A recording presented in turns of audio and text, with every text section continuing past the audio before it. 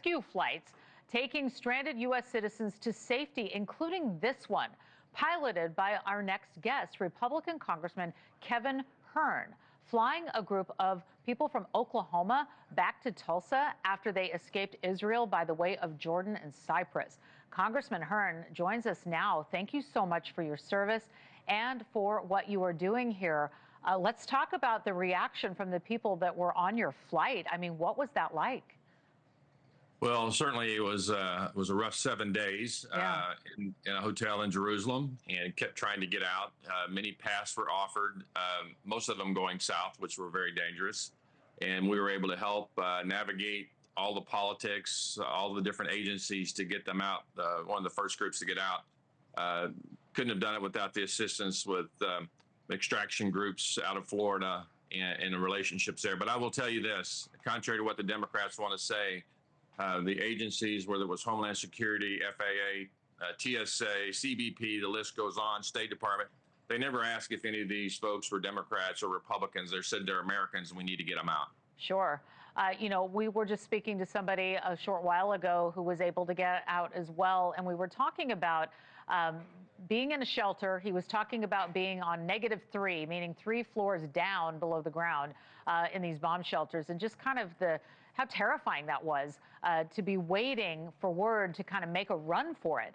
So I'm wondering if you can kind of walk us through what that was like, because everybody says that the most dangerous part is getting from a shelter, to a tarmac, and what is in between, because there are no shelters. So talk to me a little bit more about these flights, because was your heart pounding? These people look so grateful, and I'm sure that plane was packed with every seat, no empty seats, because you're trying to get as many people out as possible, right?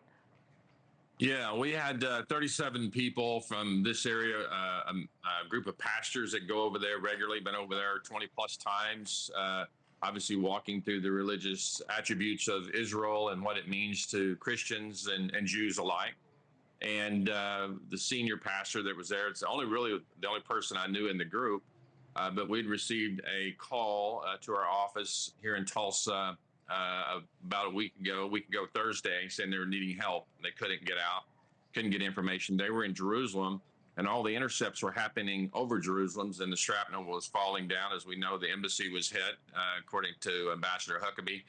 But every time they would try to get an escape route, they couldn't get buses, or they couldn't get coordinated, not sure where the ballistic missiles were going to hit. And so we were able to get them out. 3 more joined, and then realized they couldn't get out because they weren't of the same nationality. They were from different countries.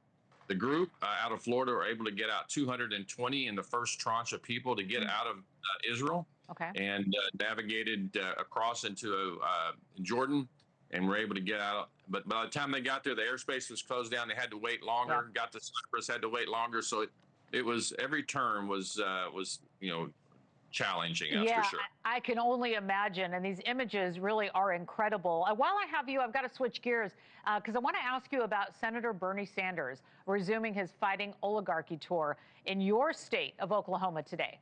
Democrats pushing a large anti-Trump, anti-MAGA agenda as they rally voters ahead of the midterms next year. So we've got that going on. We saw more than 5 million No Kings protesters. So what do you think? Are Republicans concerned that Democrats are starting to have momentum? That's a lot of people. Well, but we had an Oak Kings rally. Our first one was July 4th, 1776. And the Democrats are without leaders. They have no message. They're struggling right now. They want the country to be unsafe because they're pushing back on everything that President Trump's doing to try to make it safe. And whether you're a Democrat or Republican, you want to live in a safe country. You want to live in safe neighborhoods. Everything that Bernie Sanders is going to say today, I'll disagree with, but I do respect the right that he has to go say it. Unlike the Democrats who are pushing back on President Trump on everything he says, challenging everything he does. And so they'll continue to go around and spew a hatred of things that doesn't matter. Again, we see the polling, people supporting President Trump and what he's doing at the southern border, stopping the fentanyl trafficking, trying to save American lives, putting the people back into their countries that are harming Americans. And they're going to continue talking about, kings and rich people, and they're as guilty as themselves. Okay, well, I mean, we're going to see how this goes. Republican Congressman Kevin Hern, thank you so much for joining us on those 2 topics. I really appreciate it.